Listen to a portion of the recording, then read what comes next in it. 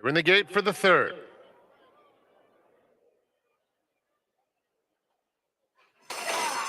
And they're off. Looking for Revenge, Derby Storm, and Claim of Passion from the outside stalls. Outright comes away in fourth and getting a little bit closer while in some heavy traffic through the opening furlong. Down at the rail, Vicente's Shadow and Pepperman in between those two. It's a compact group that heads past the 6 furlong pole. And Looking for Revenge is the leader by a half length. Derby Storm second, with Claim of Passion in the red colors third. On the far outside, Outright fourth, only 2 lengths off the lead, but caught 4 wide now. Vicente's Shadow and Pepperman. They head toward the half-mile pole, and it's Looking for Revenge, 3/4 of a length. Derby Storm and Claim of Passion side by side, second and third. Outright just outside of them. Vicente's Shadow and Pepperman between those two. 4 lengths covers them, heading to the 3/8 pole. And Looking for Revenge, trying to sneak away, has a 2-length lead. A hard-ridden Claim of Passion outright moves up to nab second.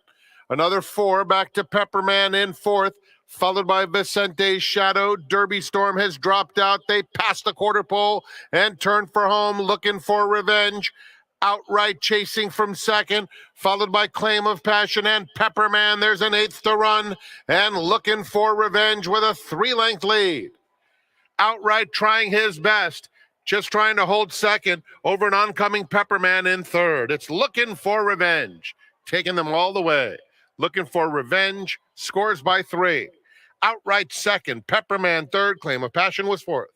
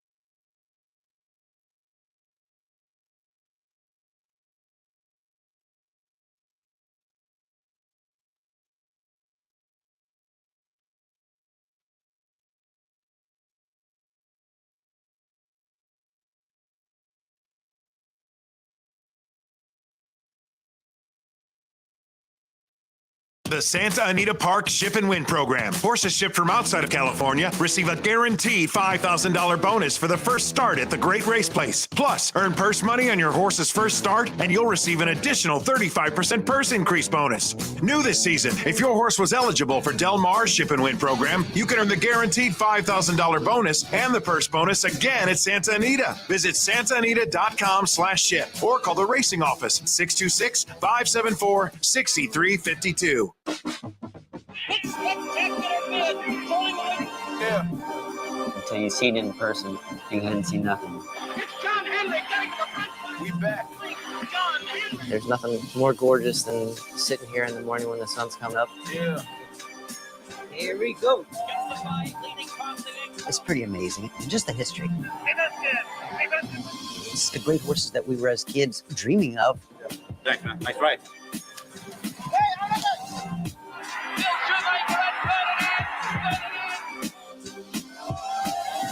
This is unbelievable! Zenyatta! What a performance! One we'll never forget! Sometimes the girls gotta beat the boys. My partner right here, my ace. And has the lead by 5. Kind of special, Santa Anita, huh? Follow them across the track and down the stretch they come. Scintillating performance from American Payout.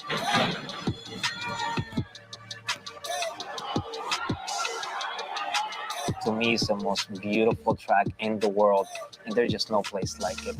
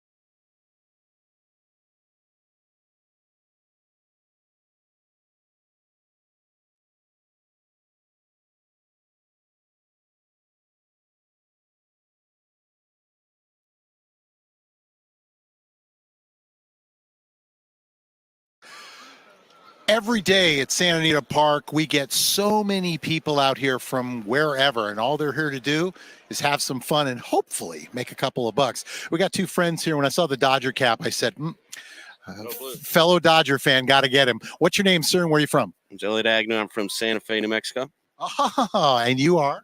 Justina, and I'm from Poland originally. Ooh, so you got an international flavor going here. Now, you two are having fun. Is this your first time here to the track? Not at all. No, we love Santa Anita track. How long have you been coming here? Well, my dad was from Pasadena. I've been here before, but 10 years, something like that. You know, it's just the mountains, the clouds, everything, the race, the horses. It's really fun out here. Let me pry a little bit. How many times have you been taking her? Or is this the first time? Oh, the whole time. Oh, no. Yeah, I've been coming for a while with him. See, she's a lucky one. We always talk about, you know, the new ones, the yearlings and all that coming up. possibility of getting some more people to love this sport. Listen, we're going to take care of you guys. We got a $50 voucher for you to play for the rest of the day. Plus, I see you're involving some adult beverages. We also have an extra drink for each one of you. How about that? Thank you so much for all that. Wow. Just keeps getting better and better. If you had to say something to the folks out there about coming to Santa Anita, what would you say? Come on down. It's really nice out here. Great crowd, the hosting, the facility, just where we are. Look at this. I mean, how can you beat it? Let's go, horses. We're going to hire this guy for the publicity department.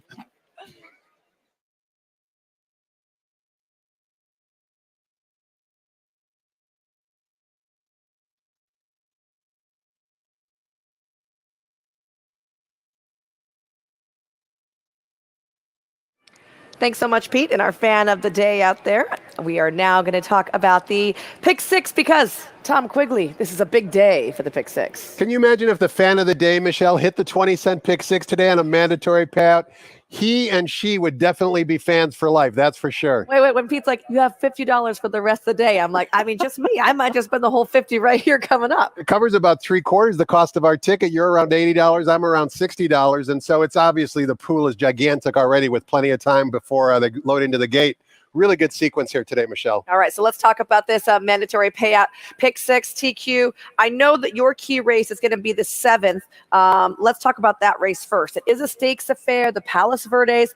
I feel like a lot of people are going to be going towards the inside, but you had other thoughts. You know, Michelle, the ownership group and the trainers for number 5, Radical Right, my single in race number 7, know their way around good sprinters. I'll give you one example that you well know. CZ Rocket, exactly, was claimed by this owner, Tom Cagle, and turned him into a multiple stakes winner. I have a feeling Pete and Tom got together and said, you know what, this year, the sprint division looked pretty weak in Southern California. Let's go out and make a private purchase with a newly turned 4-year-old son of First Samurai. And more importantly, Michelle, if you kind of dig deep into that last race at Laurel, there were 3 next out winners. The 4th place finisher earned a buyer speed figure of 93, winning a $100,000 stake. That's good enough for me because Hopkins sure looks like he needs every inch of 6 furlongs in order to hit the finish line. I think he's going to get tired late. Straight no chaser. I respect dropping out of the grade 1 Malibu, but he's not a proven commodity. I just like the new face in town, number 5, Radical Right. He's going to be the single of my pick 6 today. Say less, TQ. I used 2 in that race, and I included the 5. You're not going to catch me sleeping on Peter Miller jumping into a sprint stake. Let's talk about this race right here. I go 3 horses deep, and lucky you and I have a similar horse, but we also see some things differently. Here's the rub in this first leg, Michelle. I'm not convinced on number 1, Loyal to a Fault, who's sitting up on the tote board right now at even money. What has she done in her career to justify that even money favoritism? When she sprinted on the main track, she never picked up her feet. The only time she really picked up her feet is when she went 2 turns. And I understand the last 2 times she's tried Stakes Company, but was she really competitive? Now she gets LASIK. She draws the rail. She's never earned a buyer speed figure close to the par needed for this particular racing category of 65. I'm looking for some of the new shooters. I'm going to use the first-time starter from the Timyak Team Barn, number 3, Paula Chinta. Thank you for getting that name right. I did not want George Sharp to come up and yell. Even though I wasn't copied on his tweet to both Frank Miramati and Millie Yakteen, I actually saw it, and that's the only reason why I knew how to pronounce the name correctly. It's rare for me to pronounce a difficult name correctly. And also number 7, an easier name to pronounce, number 7, Timely Luck. First time on the grass, second time starter, and maybe more importantly, you can see taking early action, morning line of 6 down to 3. I like to see that with lightly raced maidens. Let's go ahead to race number 5, a $40,000 claiming event at the elongated sprint distance of 7 furlongs. I thought this race was tough. I ended up just shaving horses off left and right, but I don't feel very confident doing that. What makes it tricky, Michelle, is none of the runners in race number 5 have won at this tricky 7 furlong distance. So I always like to see that, particularly at 7 furlongs. Here's the 3 runners I'm using. I'm using number 3, Violent Runner, who is the morning line favorite. The key for her, she's lightly raced, just 6 lifetime starts, is she couldn't use LASIK last time in the grade 3 Las Flores. She's back on LASIK today. She runs her best races when she uses LASIK. But there's 2 other runners in the field that are first off the claim for Sharp Barnes. Number 5, Artist, goes first time off the claim for Steve Knapp, who's winning races in bunches. And the aforementioned Peter Miller dipped in for 32 last time for the outside mare. Number 6, Del Mar Drama, bumps her up in class, takes blinkers off. I like when they seem to have a plan. 3, 5, and 6 for me in race 5.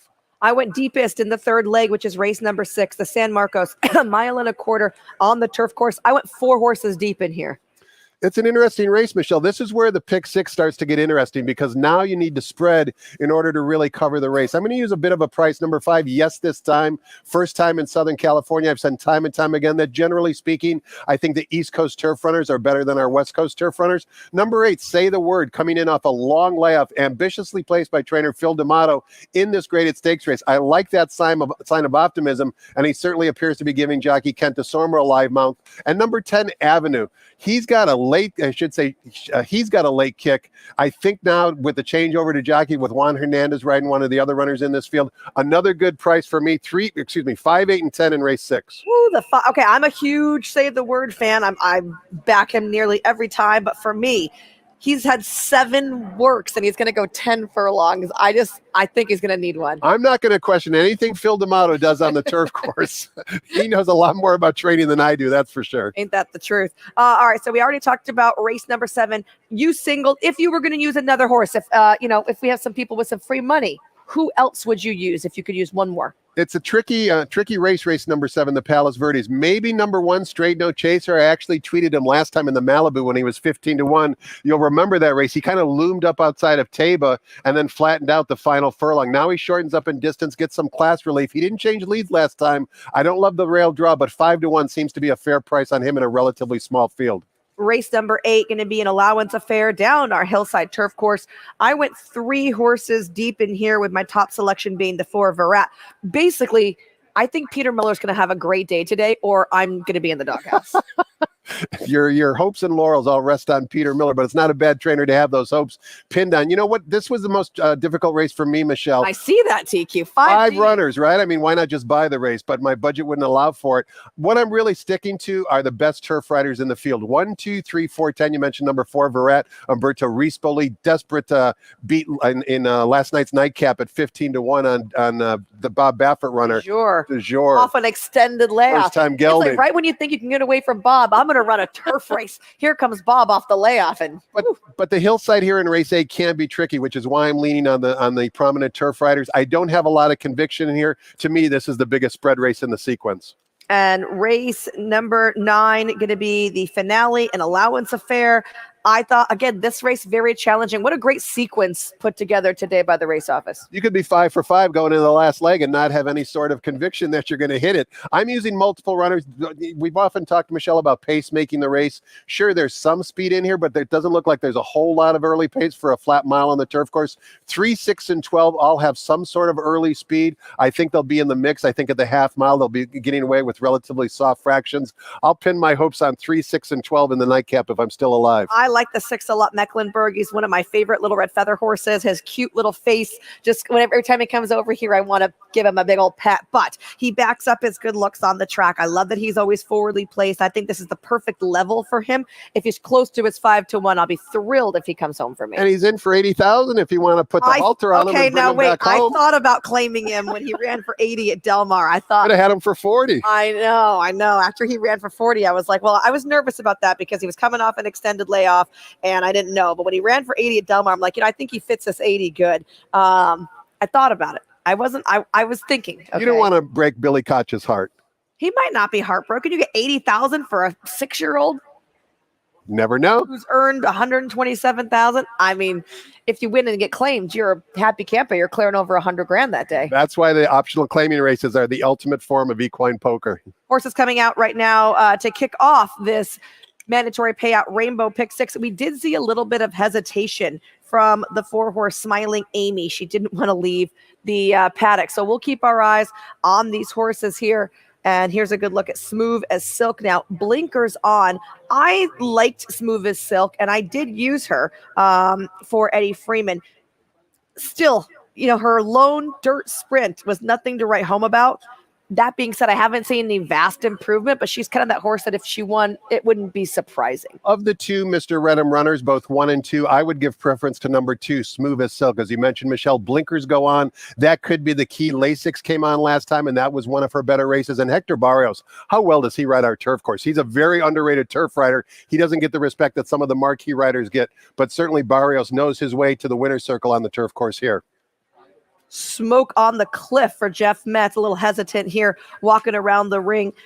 Certainly, this is the pedigree to do a dirt sprint, if anyone has the pedigree for it. Connections didn't pay a whole lot, just 1,700, so they're taking a shot here with a big purse. We'll see. I want to see one first. They get a good rider in Ramon Vasquez, but I want to see one first before I include her on my ticket. And just really liking the 7-time lock for Sean McCarthy. I know she was beaten 20 lengths on debut, but she's got a start under her belt now. McCarthy 24% with maidens making their second starts, and she looks tremendous here in the ring. Generally speaking, Michelle, you're a horsewoman. You know that a lot of times these first-time starters have no idea what's going on. They're very confused. They've never been in company with that many horses in the starting gate. It was a learning lesson, and if you can basically understand that and know that she showed speed for a half mile, she's certainly easy back. And as I mentioned, she is taking action at 3-1 on the board. I will say, I love to see my first-time starters turned loose from the pony, and recently I've seen a lot more riders comfortable and confident enough to turn themselves away. When we're talking about horses and their experience, they haven't been, like you said, in a starting gate with this many horses or in this race day scenario where there's people and noise. And in the mornings, they're not generally alongside a pony the whole time to warm up. So it's very distracting. Like if I'm used to working by myself and, you and I are going to hold hands now instead for the whole shift, it would be very distracting. Don't get any naughty thoughts now, Michelle. I've got 1.5 million naughty thoughts going on right now. So do I. TQ. All right, we're 7 minutes to go before the fourth. Even money right now to your favorite, but plenty of options if you're playing along on this mandatory payout day for the Rainbow Pick Six.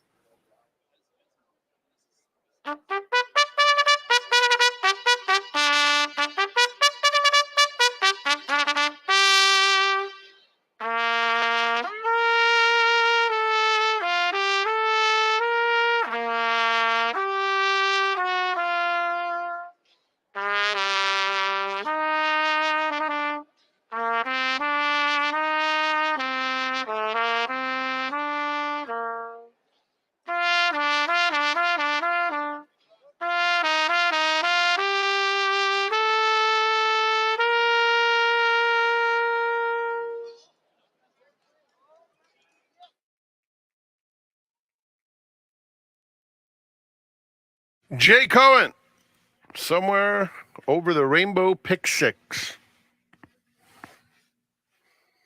Mandatory payout today. The pool's currently closing in on 1.5 million. It's going to grow significantly over the next 6 minutes. Scratch number 6, kind of blue. Fourth race name for Lions Co Fund. No high five wagering.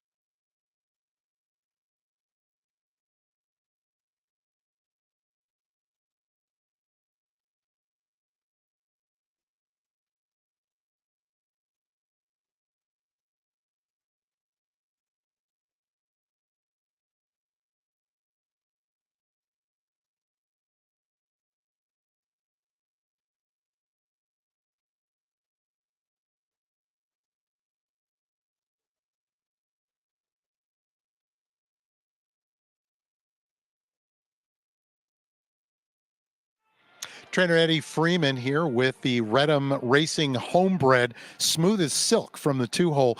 Eddie, first time on the grass sprinting. Is it safe to say that this horse has been a bit of a project? No, not really. She's taken a while to develop. She was very, very unlucky at Del Mar going a mile. She got into all kinds of trouble. And the mare was better down the hill than anything, so we thought we'd try a sprint and see what happens. So ideally, this sprint is just let's see if lineage plays in. Yeah, exactly. Yeah, we can always run a mile.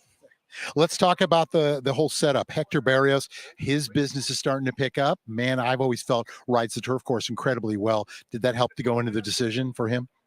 I mean, I'd love to ride him anytime. I think he's a very, very good grass rider. Yeah. So we had an entry, so it just worked out like that. Ideally, where would you like to see this horse early sprinting? I'm not too worried. Like, she'll be on the inside at the back, and then he'll figure his way home from there. Make a run, and hopefully it's good enough. Exactly right. All right, Eddie, we appreciate that. By the way, my condolences on the Buffalo Bills, but just like the Rams, there's always another season. Yeah, you're just a turncoat. You're a Jets fan at heart, which I know.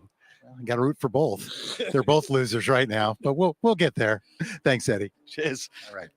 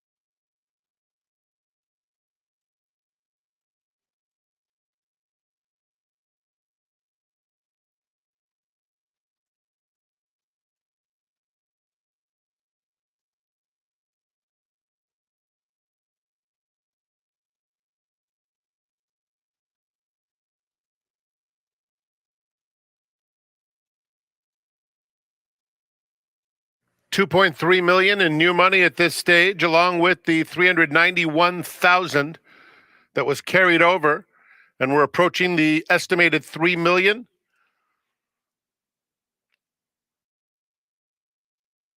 Thank you for participating in the Rainbow Six. Mandatory payout today. The field on the turf course.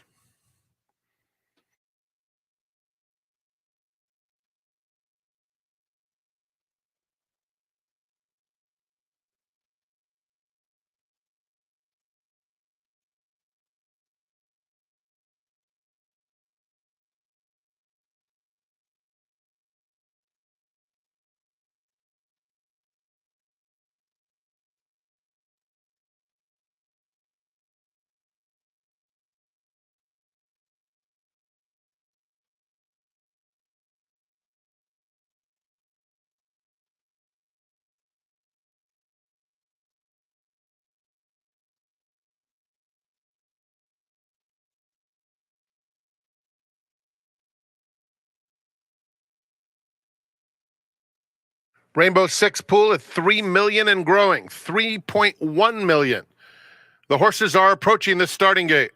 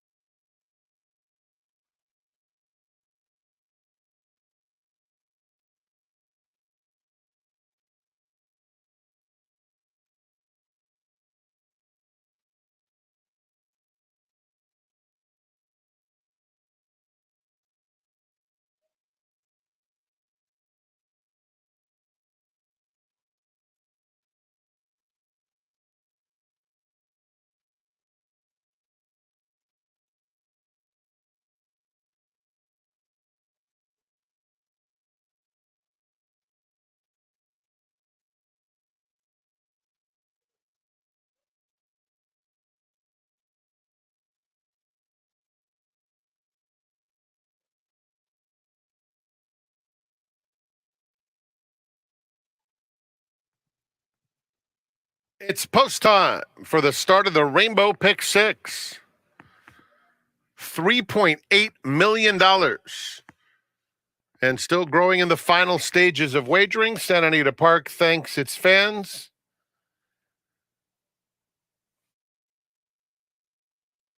Loyal to a fault, the heavy favorite.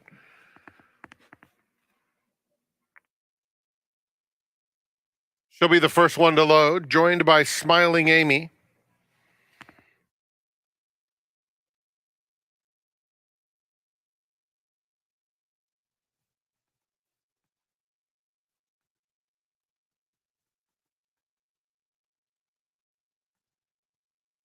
Here's Palachinta.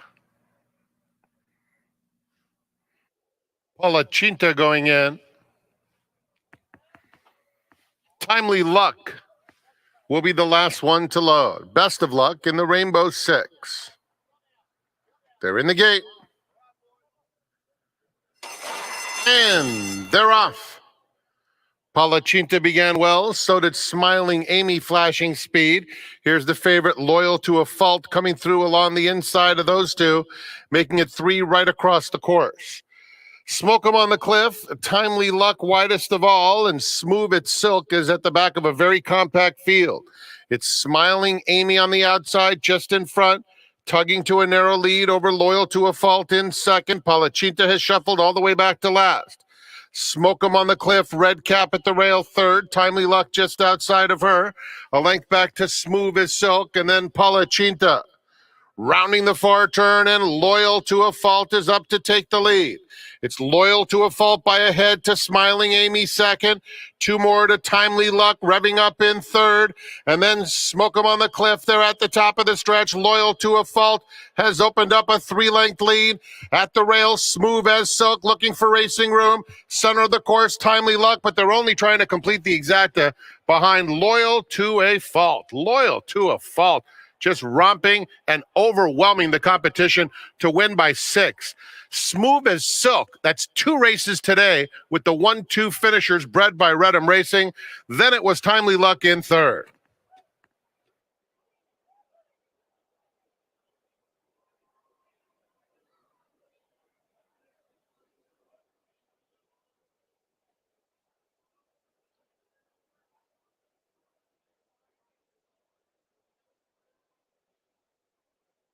One, Loyal to a Fault was first. 2, Smooth as Silk second. 7, Timely Luck third. And 4, Smiling Amy fourth. 1-2-7-4. Running time 110.12.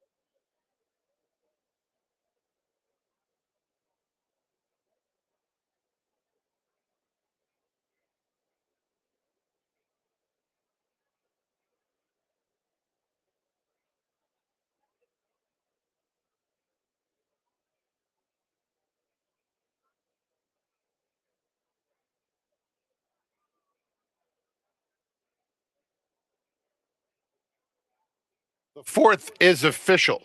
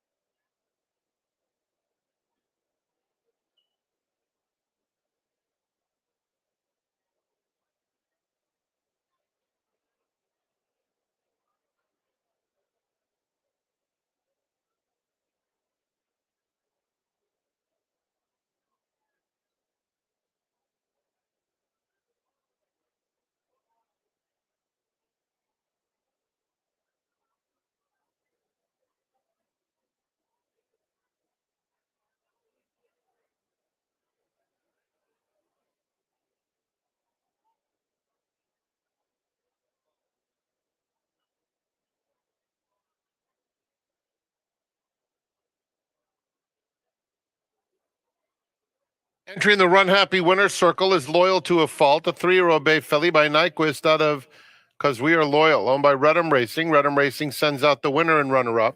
Trained by Doug O'Neill and ridden to victory by Mario Gutierrez. Loyal to a Fault was bred in California by her owner, Redham Racing. Redham Racing also bred Smooth as Silk, as well as the top 2 finishers in the second race, Hacking It Up and Please Focus. The running time, 110.12 seconds, fourth named for Lions Cove Fund. Up next, the fifth. No scratches or jockey changes. They'll be at the gate in 21 minutes.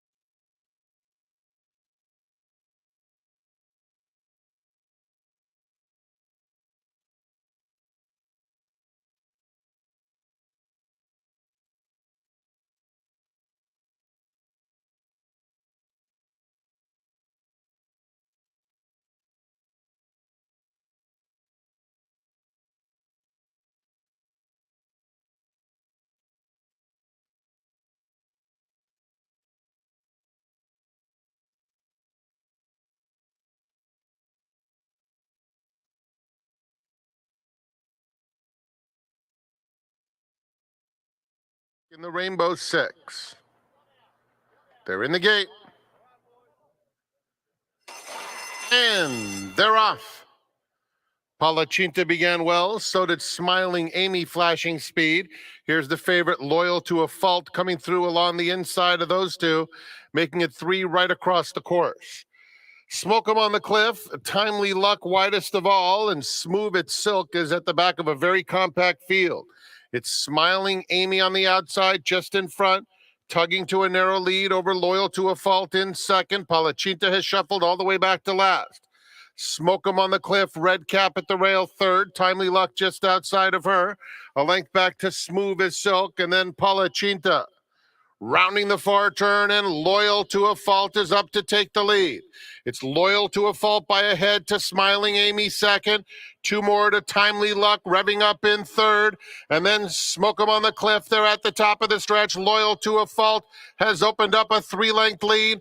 At the rail, Smooth as Silk looking for racing room. Center of the course, Timely Luck, but they're only trying to complete the exacta behind Loyal to a Fault. Loyal to a Fault, just romping and overwhelming the competition to win by 6. Smooth as Silk, that's 2 races today with the 1-2 finishers bred by Redham Racing. Then it was Timely Luck in third.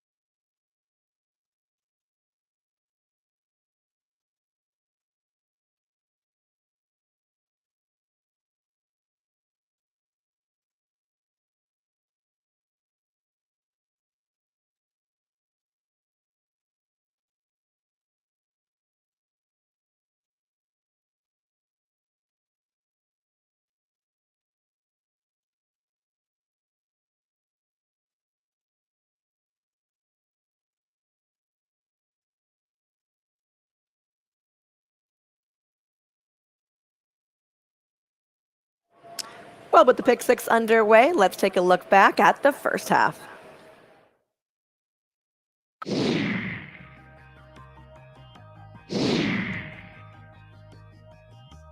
But no one's catching Clearly Unhinged. A dominant victory for Clearly Unhinged under John Velasquez to win by 3.5. Conquistar up for second, Curl Girl, and Cliquish. And Hacking It Up pulls away. Hacking It Up, wrapped up, in fact, by Joe Bravo, wins it by 2 easy lengths. Please focus. Tom and Jazzy, Thirsty Pappy. Just trying to hold second over an oncoming Pepperman in third. It's Looking for Revenge, taking them all the way. Looking for Revenge, scores by 3. Outright second, Pepperman third, Claim of Passion was fourth. They're only trying to complete the exacta behind Loyal to a Fault. Loyal to a Fault, just romping and overwhelming the competition to win by 6. Smooth as silk. That's 2 races today with the 1-2 finishers bred by Redham Racing.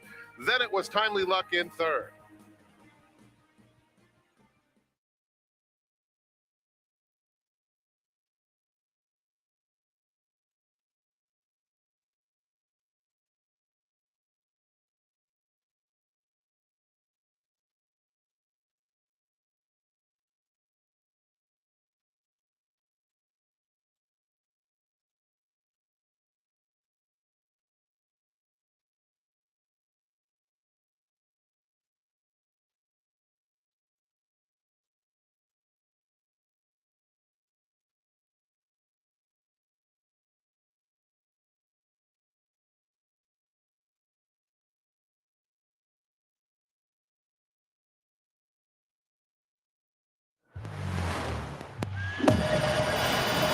Introducing the first racing tool from Pegasus to Preakness. Iconic venues. World-class racing. Millions at stake.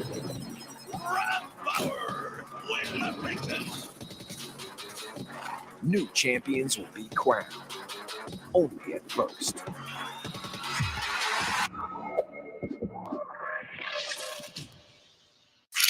Another rock and roll weekend.